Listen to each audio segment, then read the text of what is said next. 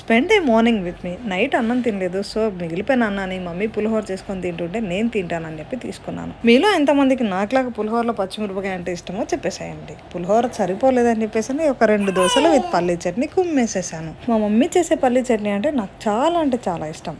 బుజ్జిగాడు మంచిగా బ్రేక్ఫాస్ట్ చేసి బజ్జున్నాడు. సో మా అక్క కొడుకుని తీసుకొని బయటకు వెళ్ళిపోతున్నాను. బయటకంటే ఎక్కడికో అనేసుకోకండి, జస్ట్ ఊరికే గలి చివరి వరకు తాటి ముంజలు కొనుక్కోవడానికి.